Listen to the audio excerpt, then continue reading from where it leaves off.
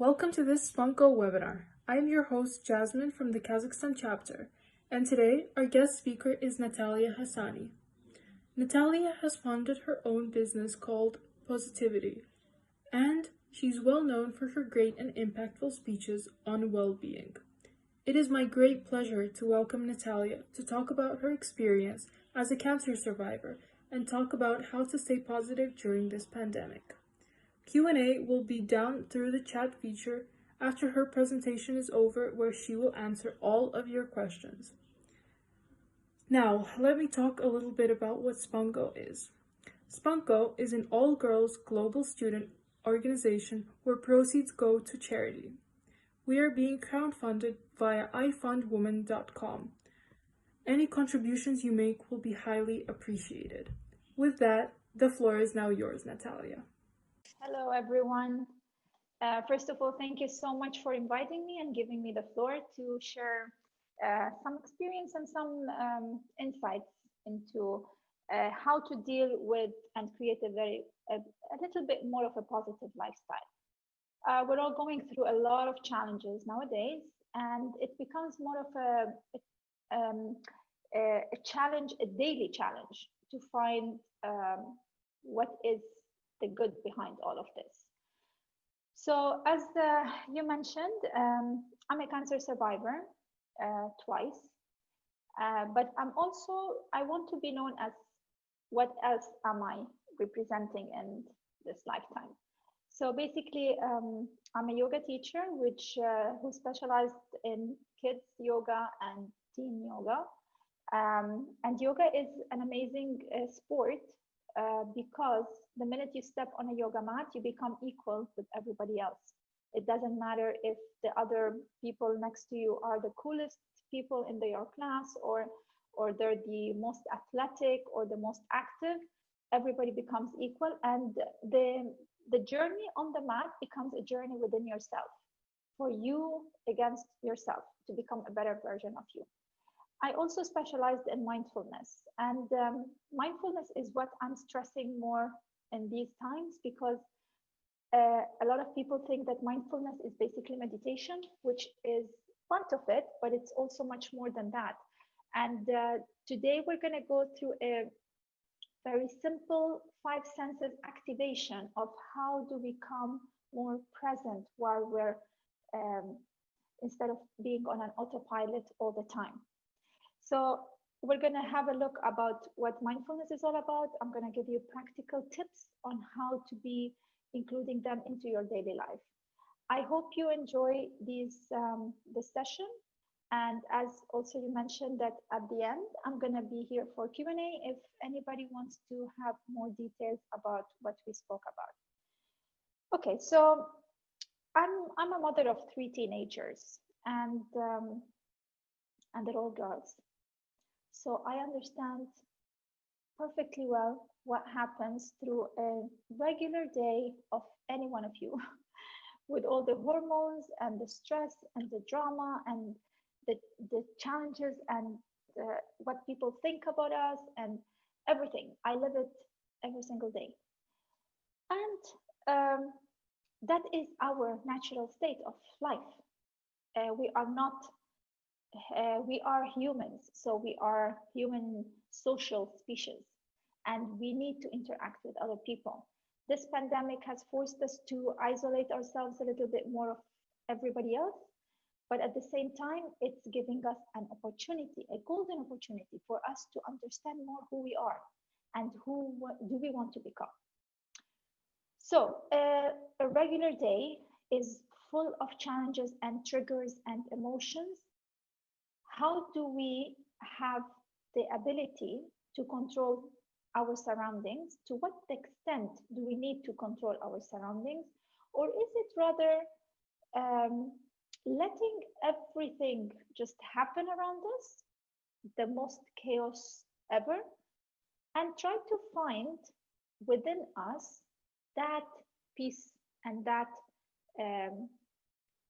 self-control, rather than trying to control everything else around us. So I'm going to share my screen just for a few slides, and from there So today's session is going to be a little bit of a, you can consider it as a journey towards your positivity. All right. And if we look at this slide, we can have an idea of pretty much what happens in our brain all the time, 24/7, every single second without stop. So our brain is in constant motion, trying to analyze things that we go through.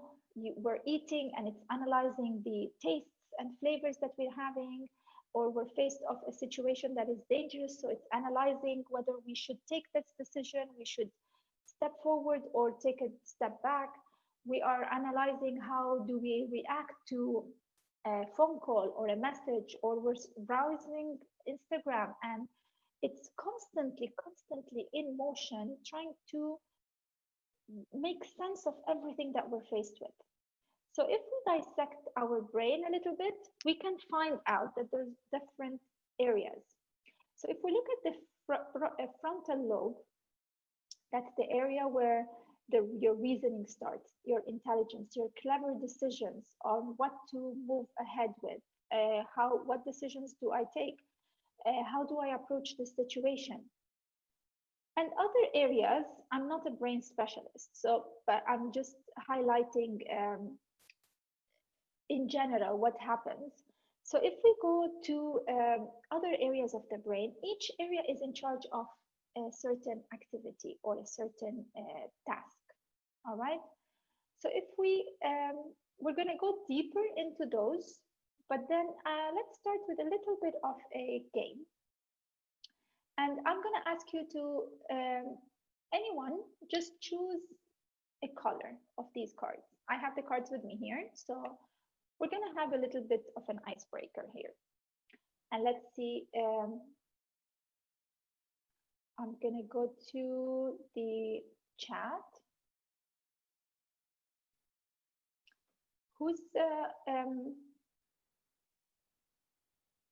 Does anybody choose?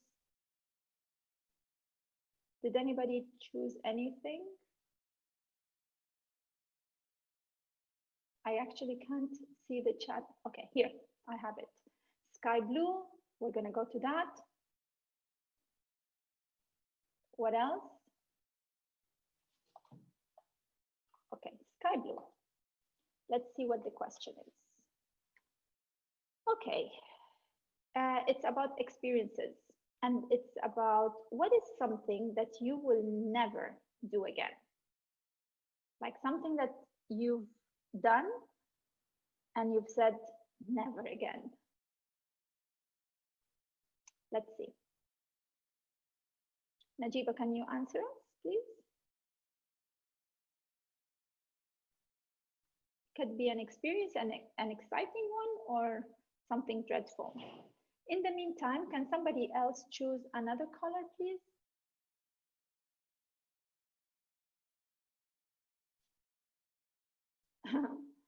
Okay. Something that you will never do again is miss your flight. Good.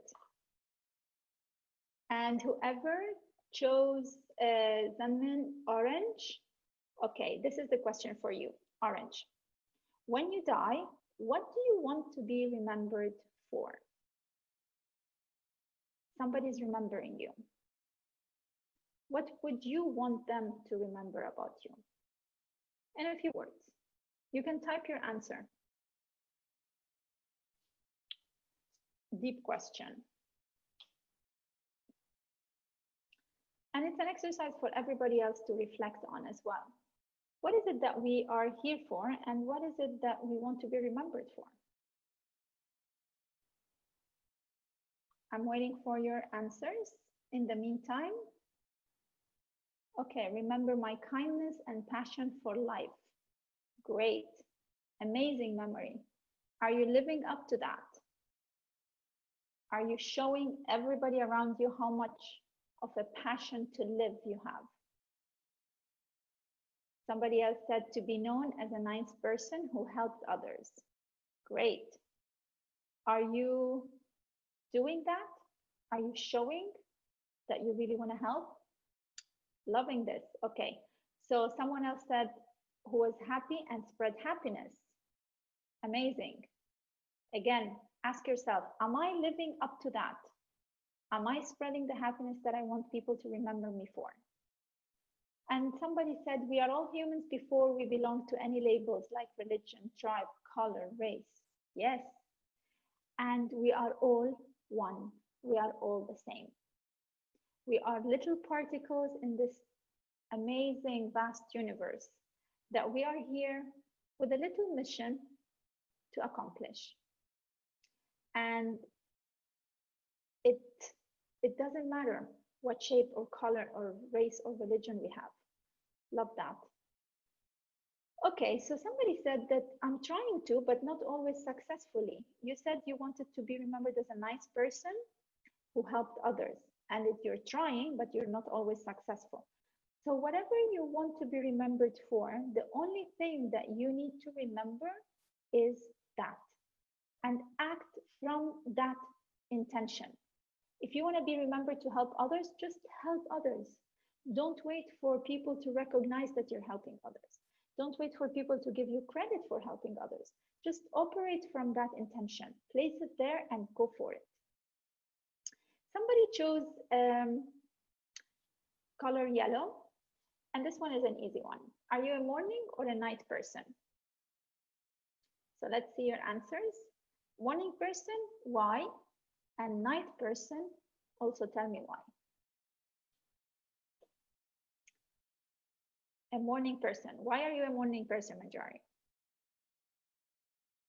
What do you like about mornings? You know, some people, they wake up and you can't actually talk to them. Literally. Like it's as if they've woken up from the worst dream ever. So I like always to give just a twist of an insight into these questions morning, because I work well in the morning and I can reflect deeply in the mornings. Nice. And you said wake up with the sun and go to sleep when the sun sleeps. All right, good. So the sun is our main source of energy. The sun, I'm going to read some more. The night person, because that's when I catch on most of the soaps on TV. Good. All right. And I get so drained during the day. Okay. So let me reflect with you a little bit more about morning and night person. This is how I like to give it a twist. So morning person, we rise with the sun and we feel so alive. And we want to give, and it's all bright and clear wherever we are. And then when the sun fades away, it becomes dark. And sometimes that gives us uncertainty and not clarity, not enough clarity. So that's why most people, sometimes they don't like the night because it's dark. And sometimes darkness is always associated with fear, or uncertainty, or not knowing where we're going. So my perspective is that let's look at the sun, our main source of energy. This amazing sun is the energy that keeps everything alive. Like without the sun, nothing survives. And this sun, every morning, without fail, rises up and shines its light on all of us. Doesn't matter if you're from which religion, which color, which race, which continent, which age, which gender. It's equal for everybody. The sun doesn't think if I should shine on this person or this tree or that water lagoon or lake, or no, it's equal for everybody. So how amazing is that the sun is for all, and it's the source of energy for anything to stay alive. And then the sun fades away. And I used to love sunsets, until one day I came across this saying that sunsets also represent that endings can be beautiful. And it's so nice to reflect on that, because A lot of people think that the day is gone, the sun is gone, and the day is gone. Oh my God, we lost a day. But then also, if you reflect on it that way, it makes you think that we've had an amazing day, we've been granted with this amazing day, and at the same time, the night is starting, which is another cycle. And the night for me, I didn't used to enjoy the night, but now it's been changed for a bit. The night for me is also a place where, because everything dark is dark around you, it gives you the opportunity to actually focus on yourself and within. A lot of people, yes, they sit down and they watch TV until very late, or they're out partying, which is totally fine. And we need that nowadays, once in a while. But as well, it gives you the opportunity to discover that vast space that we have inside us by trying to eliminate the distractions that are around. So let's move forward. And before we start our course and to our five senses, I'm going to just invite you to find your seated position, wherever you're seated. Just make sure that your shoulders are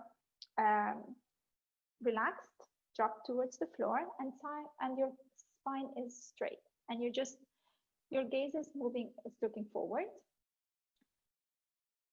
And I'm going to just invite you to close your eyes for a few seconds, and we're going to listen to the sound of the bell as I usually start my sessions.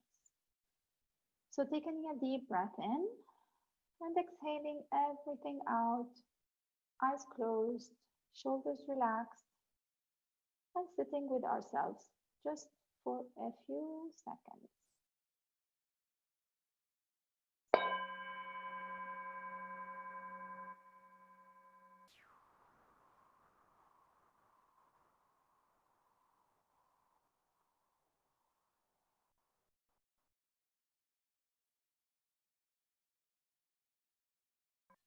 And as we breathe,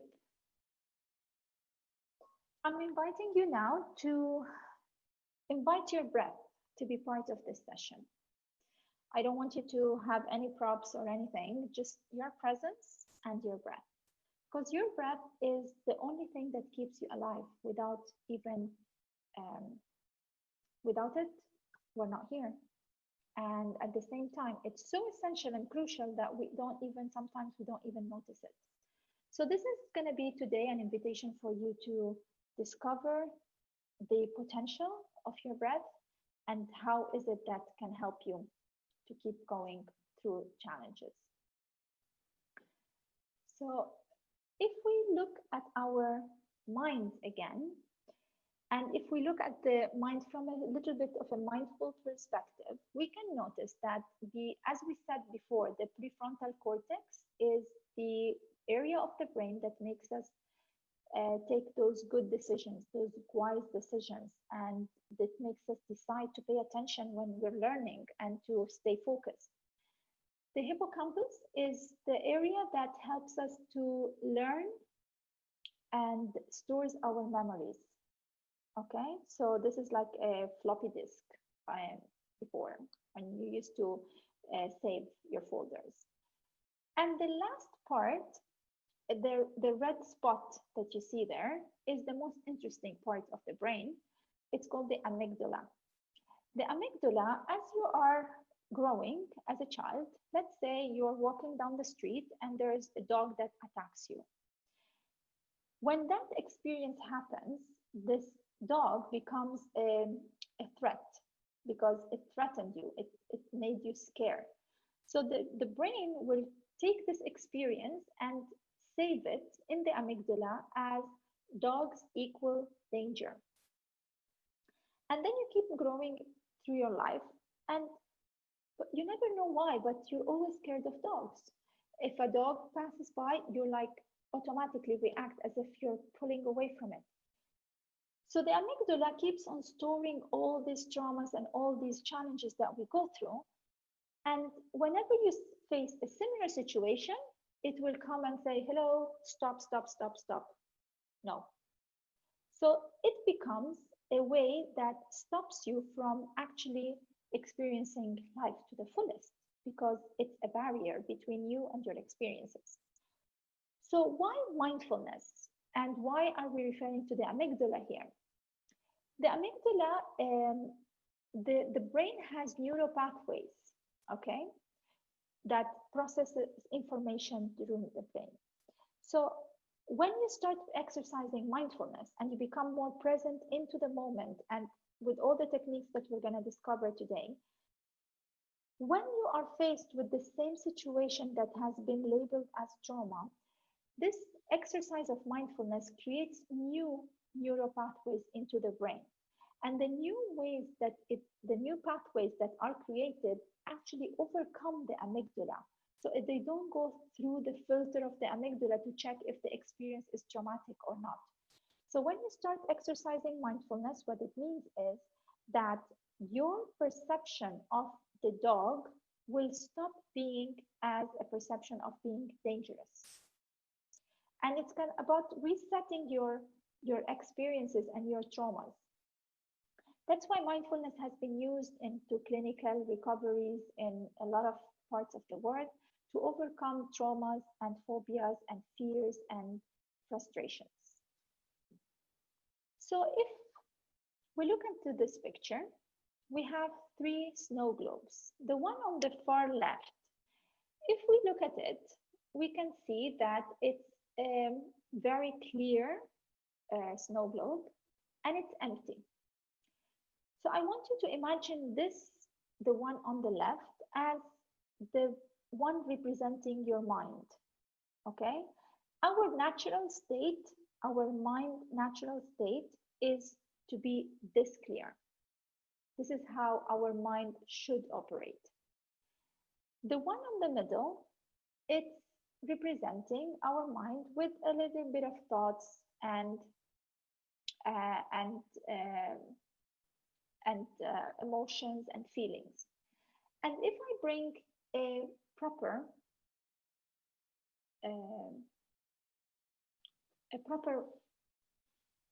snow globe to look at it, the essential state of it is to be this clear. But if you become triggered by fear, or let's take an example.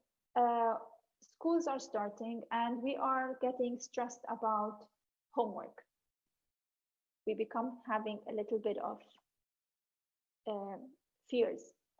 And then it's social circles. How are we going to see our friends again? We are constantly in isolation. How am I going to deal with situations that are coming up? And all these fears and these worries and these thoughts in our brains, each one of these letters represent one of those thoughts, or it's a fear, or anything that is challenging you psychologically, emotionally. And then your state of being becomes this blurry state of mind where it becomes of a challenge on how to think properly, how to focus on our studies, how to focus on ourselves. How can we make good decisions while we're having this distorted state of confusion and blurriness? So we're going to keep the snow globe like this, and you can keep on looking at it, or you can close your eyes and take a deep few breaths. And in the meantime, just focusing on your breath, breathing all the way into the belly and exhaling everything out. We can listen to another sound of the bell.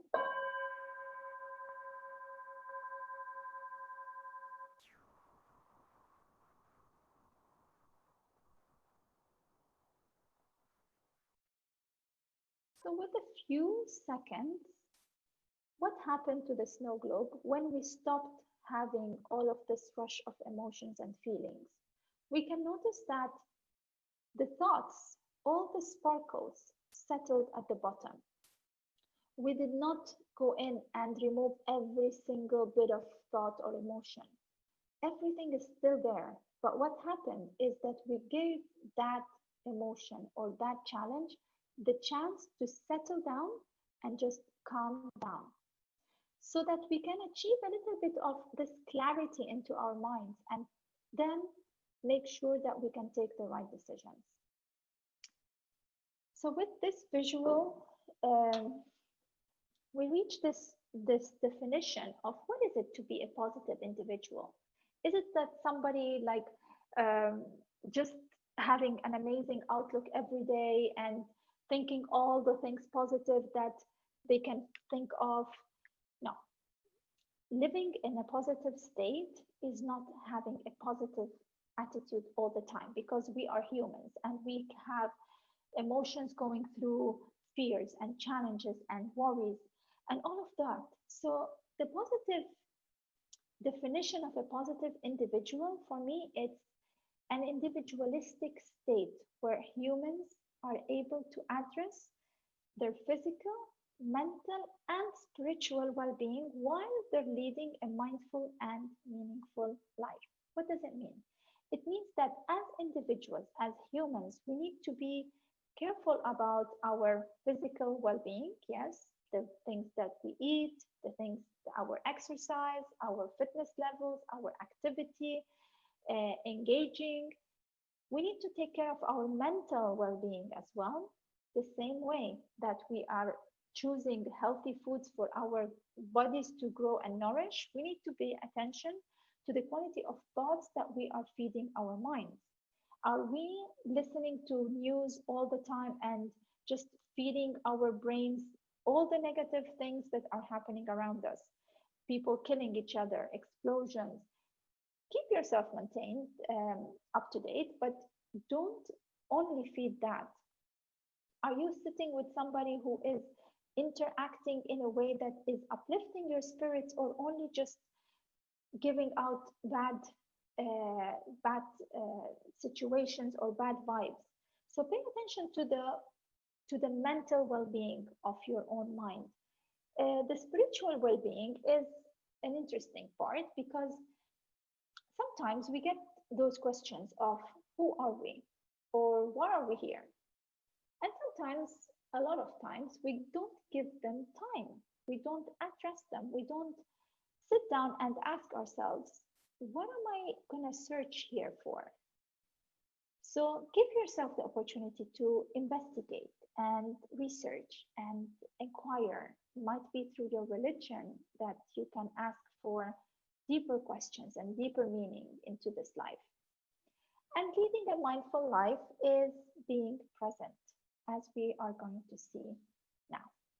I'm going to go quickly through these techniques, and then I wanted to give you the chance to ask some questions if you have to. So from here, we're going to activate each sense into the physical, and more another one through another perspective, through the mindfulness perspective.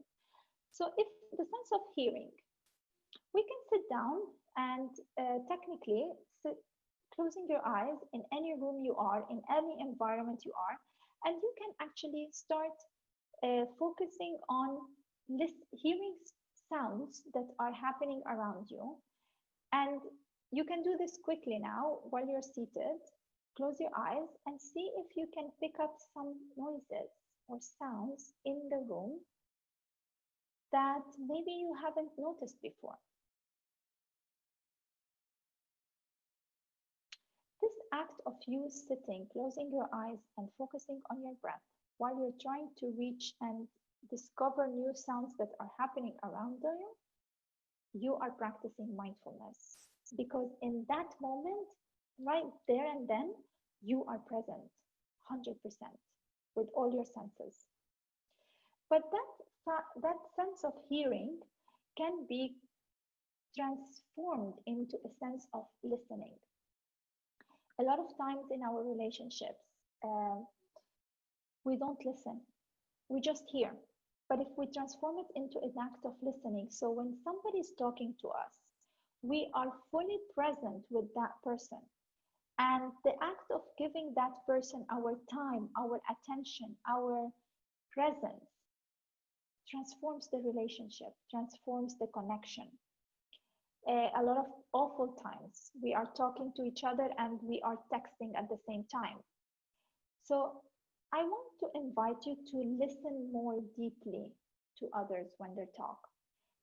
Try to understand why are they talking to you about something.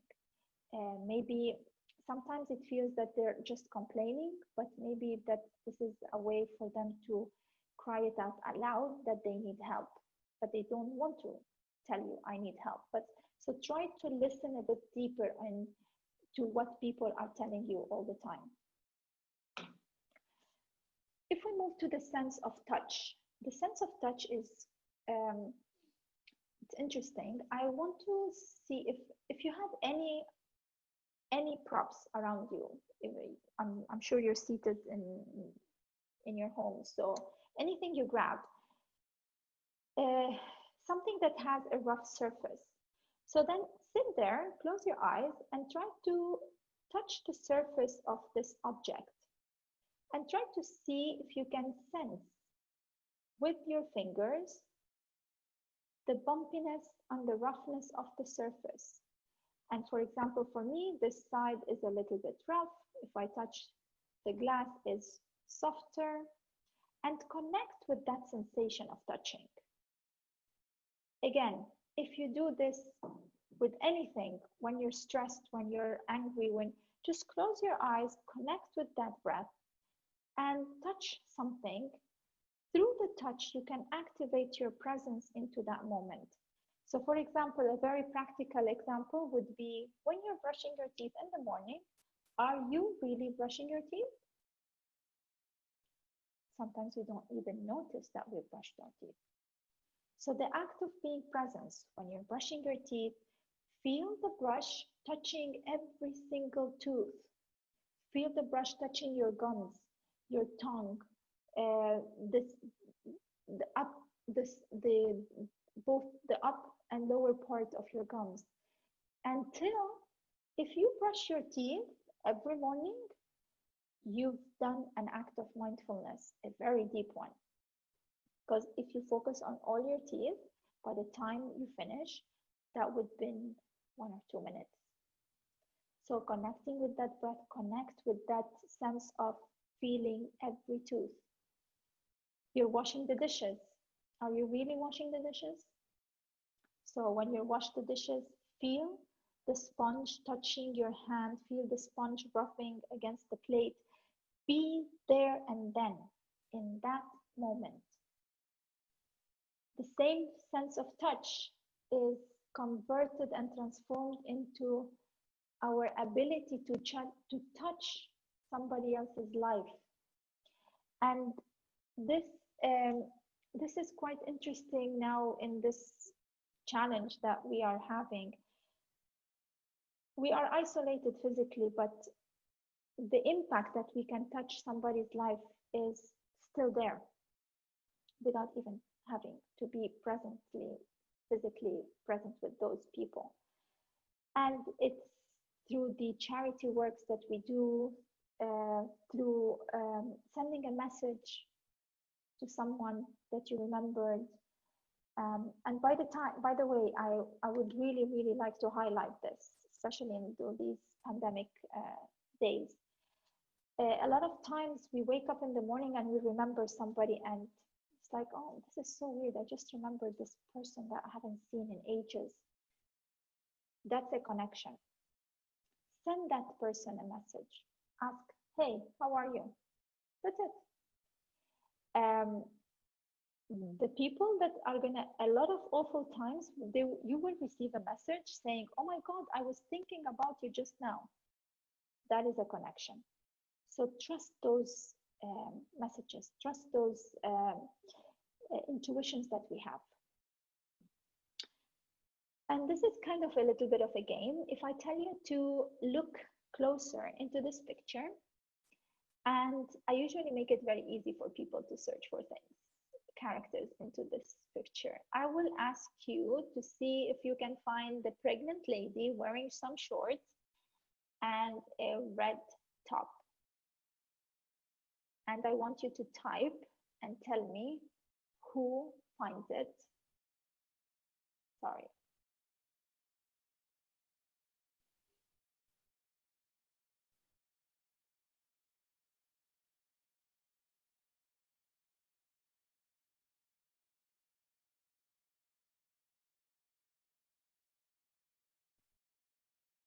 Oh, I'm sorry. I just got a message that. Are you seeing my screen, girls? Okay. I think now you can see it. So have a look at that and see if you can find the pregnant lady with the shorts and the red top. And I'm waiting for the first someone to tell me that they found her. Really easy one.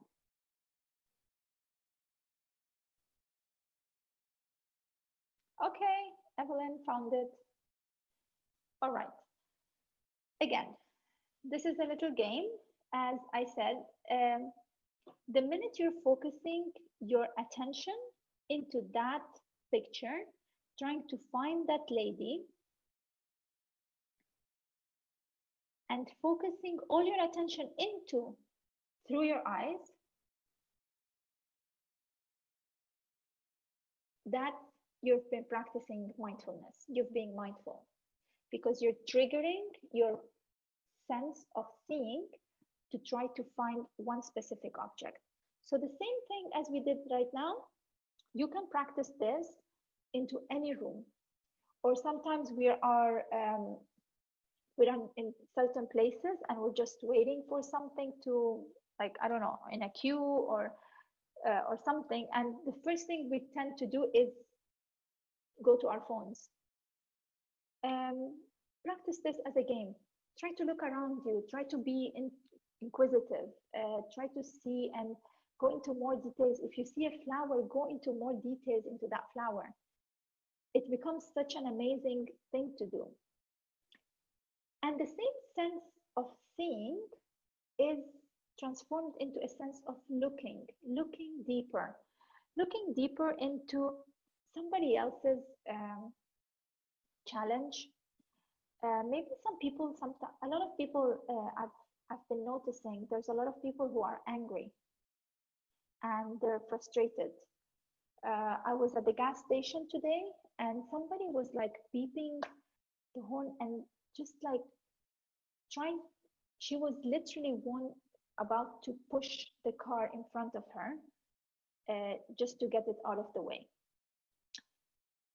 So I'm saying somebody is, I'm going to go back to the chat in a bit, just finishing the slides, and then we're going to go to the chat and discuss there. So this anger and this frustration that a lot of people are expressing, I invite you to look deeper into their emotions and their challenges. Maybe they are frustrated for something and they just expressing and throwing everything out at you. Doesn't mean that you need to, and you need to accept that, but maybe reaching out or offering, sometimes I just offer people that, you know what, if you feel like talking about something, I'm just here. And I will promise to be a good listener. And not all of the times we need to give advice and tell people what to do. Sometimes just the act of listening to them is enough. Your presence, your time. Moving forward with the slides, I'm trying to be on time so I don't delay anyone. Taste, the act of tasting.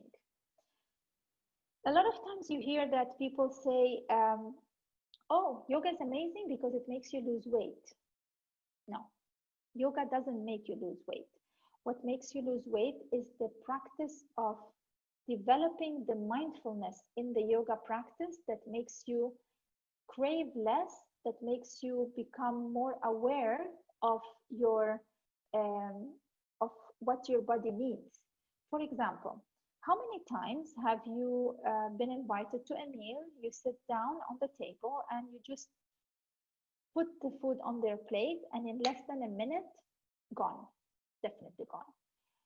And sometimes we tend to just not give it enough time and gratitude for all this effort that has been put into this meal and the effort that the person who prepared this meal.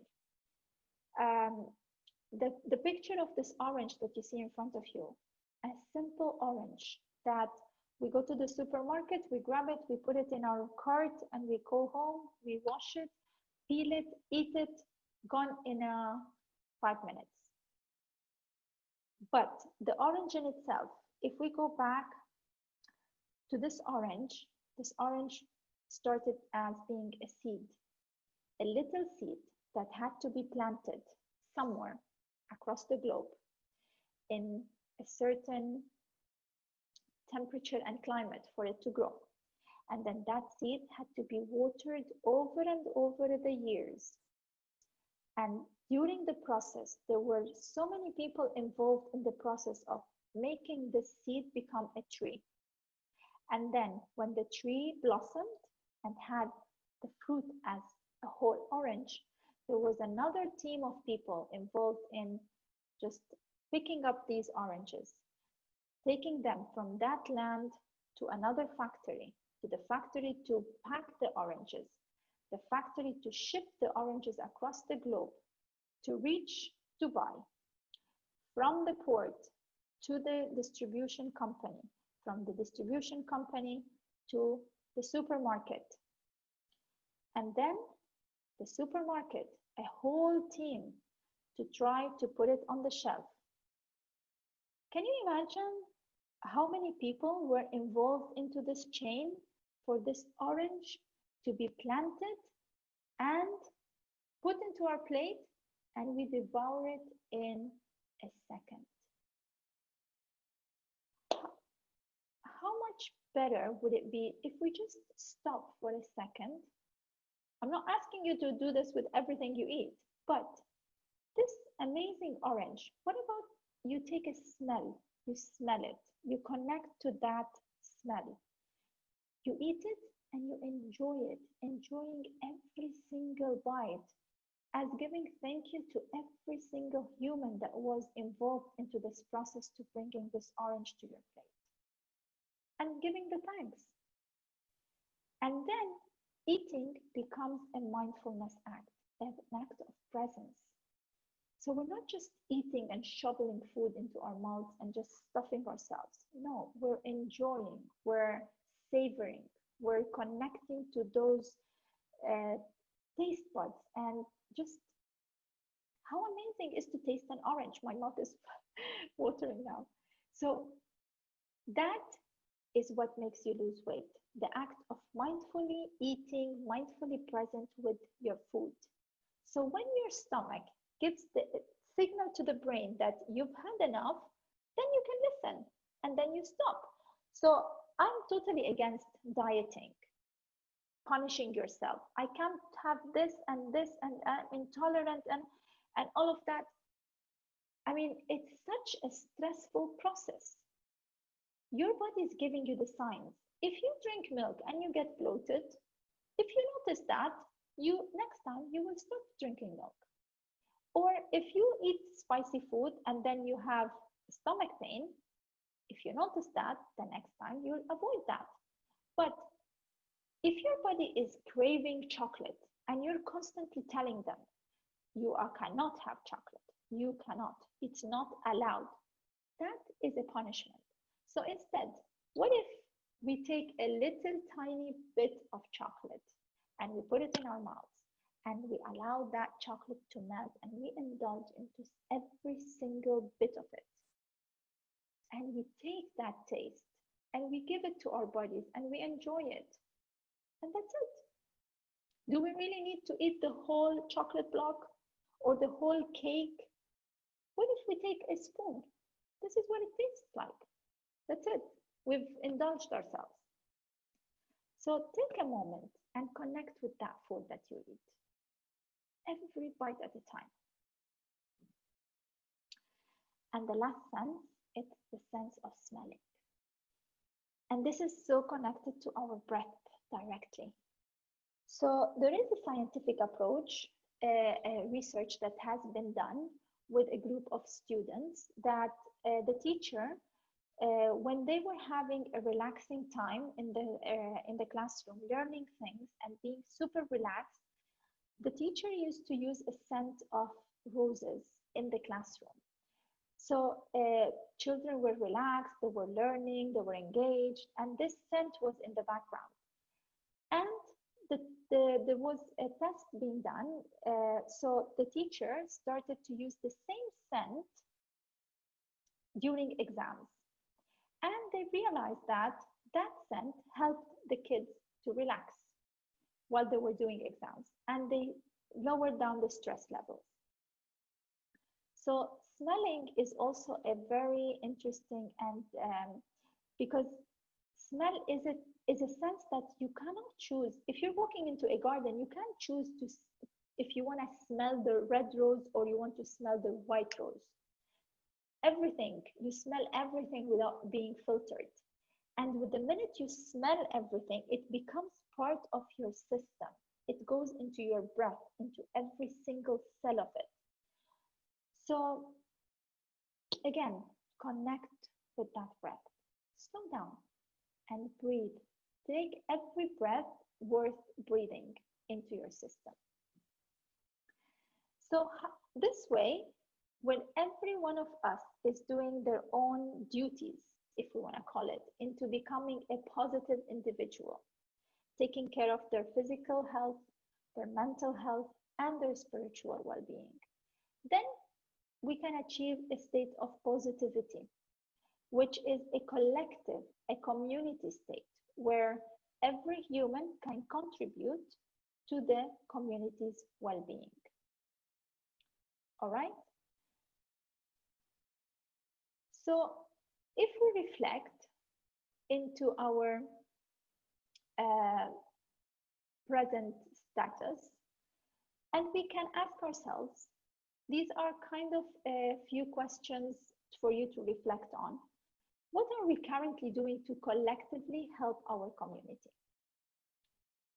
And a lot of people tend to think that, oh, I'm going to enroll in every single bit of charity that I know of. I'm going to dedicate all my time to helping these people and that and there. Guess what? You need to start with helping yourself. Help yourself first and then reach to others. Because when you help yourself, your impact will be much better on others, and it will automatically reflect on others. Another question would be to reflect is, how much do you know about the challenges of your own family, of your own circle of friends? Do you know what your family is going through? Do you know what your siblings are going through? Sometimes we tend to just take everything for granted, and it's like, yeah, what's wrong with her? There's nothing wrong with her. Look, she's not saying anything. No, that's not the case. A lot of people, they just close up and they make us see that everything is perfect. Perfect. And it's not the case. A lot of things, a lot of times, just asking somebody, how are you? Giving them your presence, your listening, your time, can help them remove a barrier and this connection that I'm talking about, it needs to be watered over and over again. It doesn't come just overnight. Oh no, she doesn't talk to me, she doesn't open up. What are you doing about it? How much time and effort are you giving into that? And then what type of community have you created within yours? So, and this goes down to your circle of friends, your family is your community, your school is on your community. You can create a community if you don't have to, if you don't have one. So reflect on that. What type? What is it based on? And then the last one, what type of leader are you choosing to lead your own life? Because each one of us is the leader of our own life. If and the minute you start saying, oh, I can't because, that is a limitation. Anything that you want to do, you want to lose weight, you are the only one who can decide that. And you are the only one. Oh, yeah, but we always have fast food in the house, and the food that is being done there is not healthy. Make your own. There's no excuses for anything. Anything that you want, you can get it.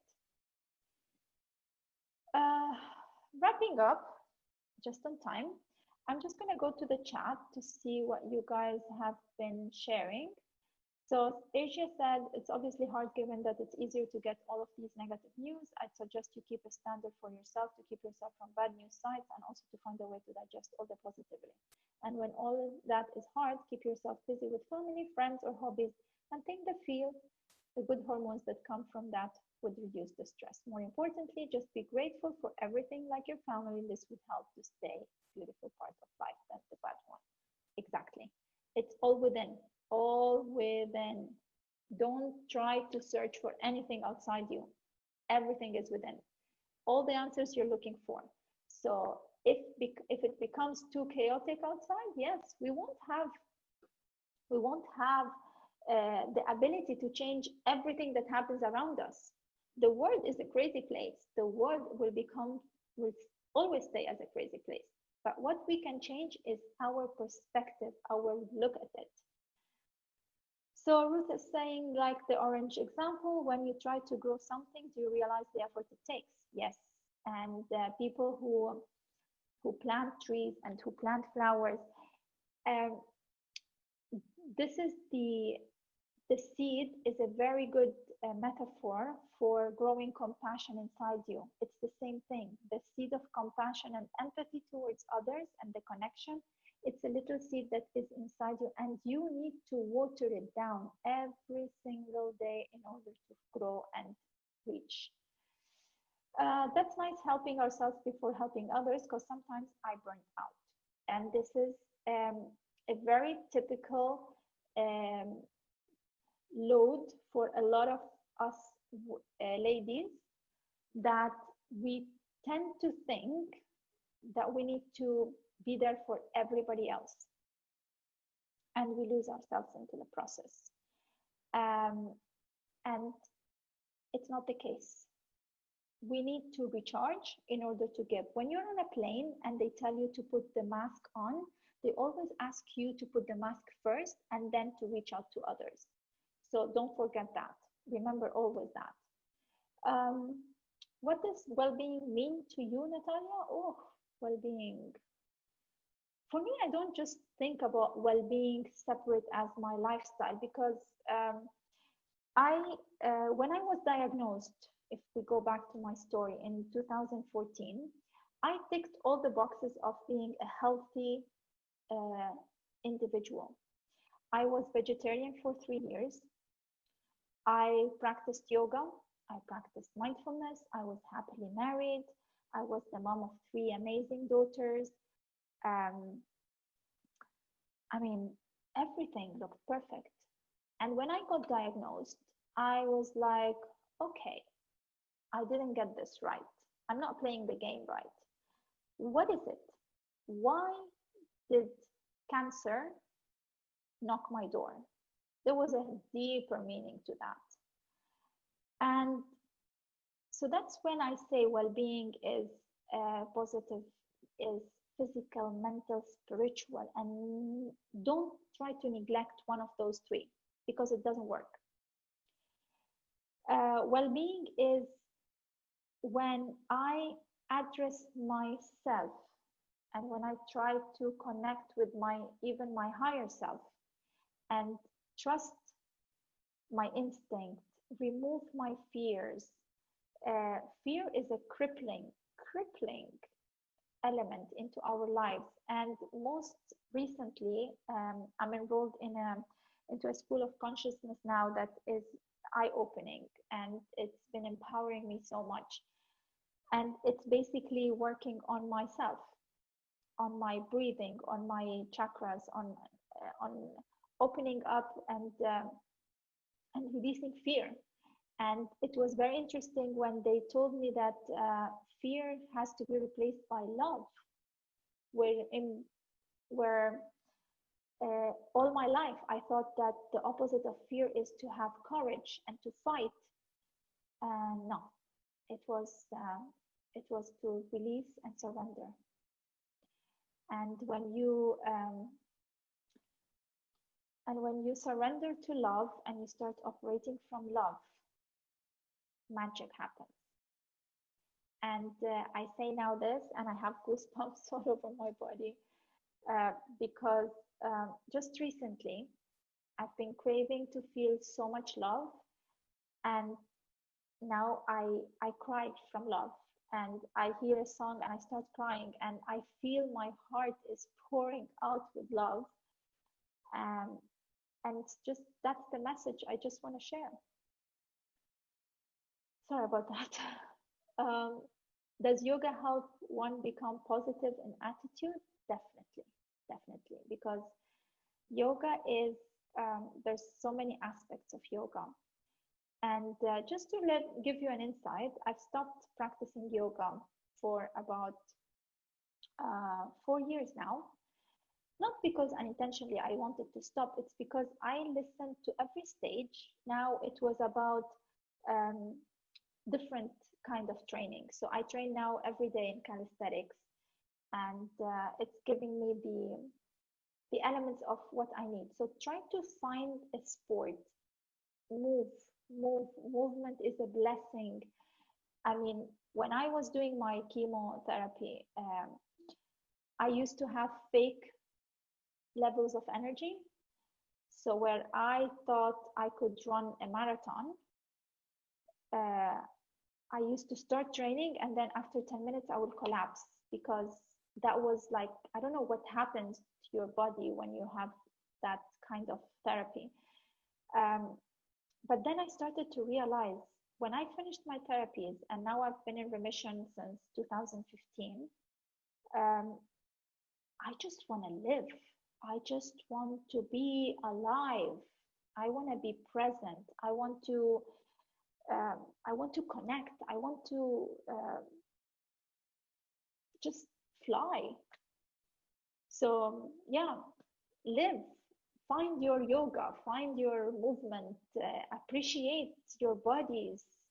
Embrace it. Embrace your capabilities. Embrace what you're made of. Women are made of, I don't want to say steel, I want to say love, compassion, energy, life. We give life. So be alive. Uh, okay, how did you go about setting up positivity? Oh, do we still have time? I'm happy to keep going, but I don't just want to make you late. I'll see. Thank you, Asia, for sessions. Beautiful. Thank you. Nice to hear from you.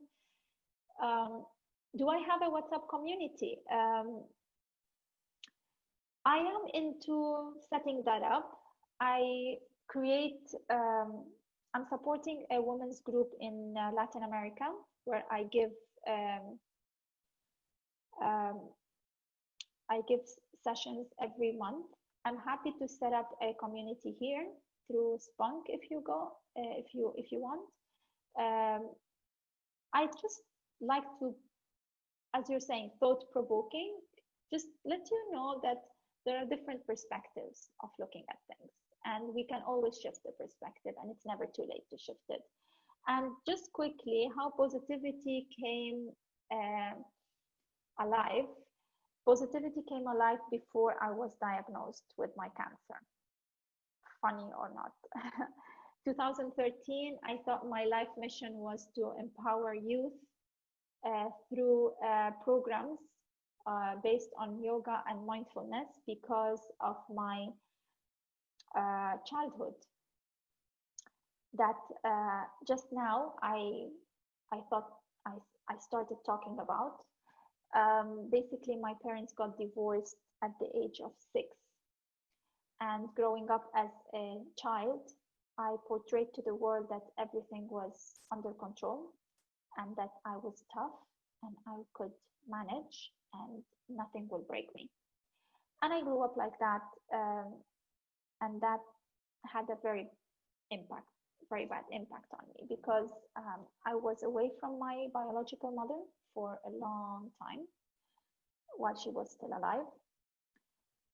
Um, so then I thought that my life mission was to equip these children and to give them the powers to become emotionally resilient and to understand that there are situations that they have to face, but I wanted them to know that they can do them and then give them the tools. So I created Positivity as a youth program, and I launched it into about 50 schools in Dubai, and we rolled as after school activities. But then in 2013, nobody was talking about mindfulness um, or these social emotional skills, and it was a huge effort for me to make parents understand the importance of this into the school curriculums. And then when I launched and I signed up all these schools, the next June I was diagnosed with my cancer, and it was another wake up call for me to release everything and let go and um, acquire the art of letting go of my three kids. My youngest was 5 when I had to travel to all the way to Mexico to get an alternative treatment and leave my life, my life mission, everything for 4 months and focus on myself. But that time also I was very weak. I was going through treatments and it was very, um, so it wasn't the time to focus on myself. But after that, my life started to change, and I started to reflect on what caused this cancer to come to me. No family history, vegetarian, yoga teacher, meditator, um, perfect wife, amazing mother. Why? Why me? And that's when the journey really started. And now, after all this time, I can say I am freaking proud of who I am, and I embrace myself and I give myself the credit of the effort and the time and the person who I am today. And I just want women to understand how powerful they are. And that's it. So thank you so much, ladies, for the support. And yeah, and thank you for giving me the space to share my message as well. Okay. Thank you very much, Natalia, for this very inspiring and powerful webinar. And thank you for the audience for being part of this. This was truly a very inspiring story, and I think we all agree that you are an inspiration to everyone. Thank you. And if you need more details on or want to know how to participate in SpunkGo, please visit our website. You will be automatically invited to our future websites and webinars. Thank you, and I hope that you all have a great evening and a great weekend. Thank you very much again.